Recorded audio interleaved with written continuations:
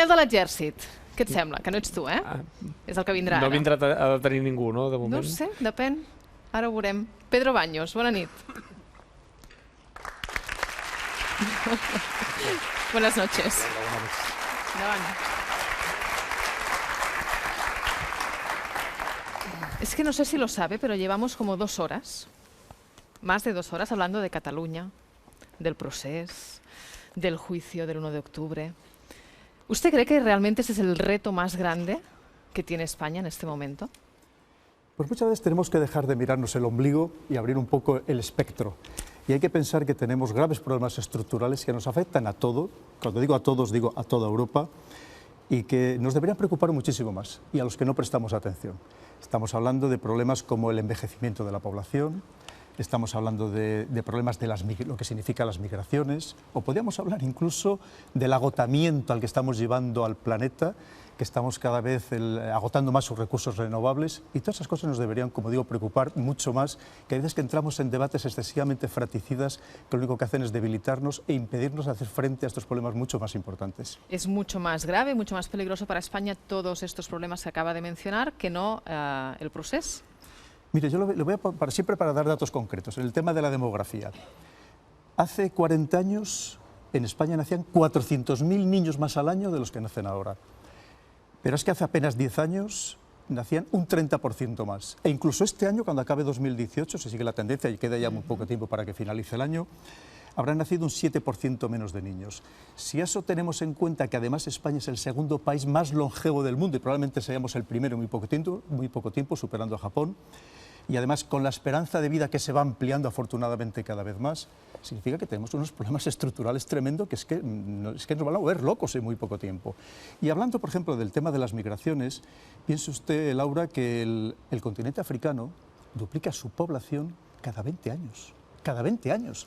Que mientras aquí no tenemos población, que según Naciones Unidas la tasa de reposición debería ser de 2,1 hijos por mujer, y no llegamos al 1,3, en países que están muy cerquita de nosotros, pero ahí mismo, ahí al lado, como puede ser Mali y Níger, tienen más de 7 hijos por mujer. Para que simplemente, o por fin, fíjese, ya con esto termino con el tema de la demografía, solamente Nigeria, en muy pocos años, en no más de 25 años, probablemente tenga más habitantes que toda la Unión Europea. Y si el envejecimiento de la población es tan preocupante y puede dibujar este escenario que usted está dibujando ahora mismo, ¿por qué el Estado está ahí encaparrado con la ruptura y con el referéndum y con todo lo que pasó aquí hace un año? Porque muchas veces no somos capaces, digo, de levantar la cabeza y ver todo lo que está pasando en el mundo, pero incluso en el contexto europeo, una Europa que con datos totalmente objetivos se está desgajando. Nos estamos fragmentando cada vez más para que pensemos los problemas a los que tenemos que enfrentarnos. Y mientras tanto hay un mundo completamente diferente que hay ahí, un enfrentamiento ahora mismo entre Estados Unidos y China, que además que quieren reformar completamente la economía mundial y incluso dentro de ese proceso probablemente una crisis económica que se nos avecine en 2 o 3 años y que a lo mejor la Unión Europea en general no estamos preparados para soportarla. Ahora entramos a este escenario de geopolítica, pero para cerrar el capítulo de la política, usted que viene del mundo del ejército, del mundo militar, ve argumentos, ve algún motivo por el cual acusar de rebelión a los políticos que impulsaron el 1 de octubre, el referéndum de hace un año? Ya sabe que precisamente por ser militar yo no puedo entrar en debates nacionales. En la reserva, pero no retirado. A mí se me sigue aplicando el Código de Justicia Militar y además, sinceramente, pienso que los militares, el mejor servicio probablemente que podemos hacer en una democracia es no intervenir para nada en política nacional. Pero fíjese, ya que me pregunta, le voy a decir, a mí lo que me preocupa es, precisamente también como militar, es que surja un episodio, un incidente que degenere en actos de violencia, porque la violencia es muy fácil iniciarla, pero tremendamente difícil pararla. Entramos en una espiral, en una bola de nieve, que como digo nos arrolla a todos. Yo tuve la gracia o la desgracia de participar en 3 misiones en Bosnia, la primera en los años 94-95, en plena guerra, como observador militar de Naciones Unidas, con lo cual me tocó ver todo el horror de cómo la guerra fratricida entre chicos que habían sido amigos de la misma pandilla y que habían ido al mismo colegio, y cómo se enfrentan, o cómo les llevan algunos políticos a enfrentarse entre ellos y a cometer auténticas salvajadas. Eso yo creo que sobre todo es lo que tenemos que entre todos evitar bajo cualquier concepto. Supongo que no son comparables los escenarios, ¿no? de Bosnia con el catalán y español de ahora. Fíjese, que es que los hombres nos cometimos en salvajes muy rápidamente. Ellos también eran tan europeos como nosotros y tan avanzados y tan educados como nosotros. Una vez más, sobre todo, encontremos soluciones pacíficas, que es lo más importante. Sí que ha dicho que Cataluña va camino de convertirse en un campo de batalla entre Estados Unidos y Rusia. ¿Por qué? Sobre todo lo que quise decir es que teníamos que estar alertados de que eso no se llegara a producir. Porque se acordarán, hace un año hubo, evidentemente pues, motivado, instigado también por Estados Unidos, una campaña contra Rusia, que Rusia era la instigadora, la que fomentaba el separatismo catalán, que luego quedó en nada, no hubo ninguna prueba, evidentemente, de todo aquello. Pero claro, lo que me daba miedo es que pudiera pasar como pasó en Ucrania, como pasó en Siria. Es verdad que también son contextos diferentes, pero es que ellos están buscando lugares intermedios, por así decirlo, para enfrentarse, ante el temor de enfrentarse directamente y que eso puede llevar a una escalada, incluso a un enfrentamiento nuclear. Y a mí me daba miedo y por eso yo decía que ojalá todos los españoles fuéramos lo suficientemente sensatos para impedir que ese enfrentamiento geopolítico entre las dos grandes potencias también se materializara en Cataluña. Entonces no ha habido injerencias rusas en la crisis catalana. Bajo mi punto de vista, no. De momento no se ha podido demostrar absolutamente nada. ¿Que haya habido injerencias desde el exterior? Es muy probable, pero seguro que desde Rusia probablemente sea lo que menos probabilidad tenga. Alfonso Dastis, cuando era ministro, lo insinuó. Sí, pero al final, como digo, no se ha podido demostrar nada. Y además, pero si Rusia tiene unos problemas ya de nacionalismo separatista suficientemente importantes en su territorio, y es más, ha ido limitando las competencias que tenían sus entes autonómicos, el último caso de Tatarstan precisamente, para evitar algunas veleidades separatistas, con lo cual quiero decir que bastante problema tiene él en su territorio como para fomentar el separatismo en otros lugares del mundo. Como experto en servicios secretos, ¿cree que falló la inteligencia de Estado para evitar el 1 de octubre?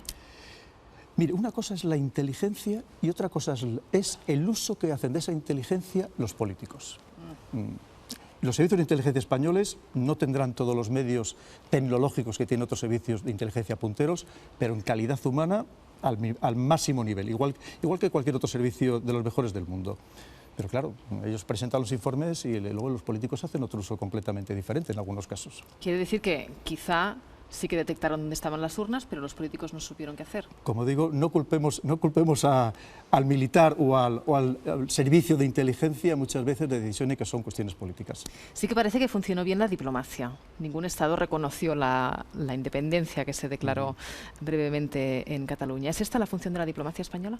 Mira, ha hecho una cosa que es muy importante, tremendamente importante, quizá lo más relevante. Los nacionalismos separatistas se fraguan en el interior, pero se materializan en el exterior. Mientras no haya otro Estado que lo reconozca, a cualquier parte de un país que se declara independiente o se autodeclara independiente, nunca lo va a ser. Y es cierto que hasta ahora quizás ha sido la parte más importante que ha fallado a este proceso separatista catalán. Precisamente, como experto en nacionalismos, ¿qué opina de ellos?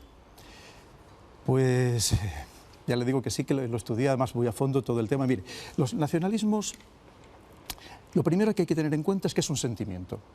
Y contra los sentimientos es muy difícil luchar. Y no se lucha con medios convencionales. Hay que luchar también contra narrativas. Y sobre todo también hay que tener en cuenta que muchas acciones que se llevan a cabo lo que hacen es incrementar esos sentimientos, no disminuirlos. Eso también hay que ser muy consciente de ello. Y luego es verdad que los nacionalismos separatistas, porque hay distintos nacionalismos, los nacionalismos separatistas son lo que son. Son egoístas, son excluyentes, son supremacistas, porque obviamente nadie quiere separarse para vivir peor. Se supone que en general, en todo el mundo, esa ha sido una tónica. Si alguien se separa de un ente superior, evidentemente es porque cree que va a vivir mejor, claro, que de la manera que vivía integrado en ese ente superior. Lo que pasa es que, como digo, hay que saber muy bien saber cuáles son las finalidades, cuáles son los procedimientos, cuáles son las estrategias que siguen los nacionalismos en general y, sobre todo, una vez más, pensar que estamos hablando que hay que actuar en el alma, no solamente en la cabeza, porque la cabeza en muchos casos ha dejado ya de funcionar y lo que digo, nos hemos pasado al bando de los sentimientos. Es esta expresión que hemos oído tanto en los últimos meses de seducir al otro, ¿no? Correcto. Sería esto. Eso, ganar los corazones y las mentes. Señor Baños,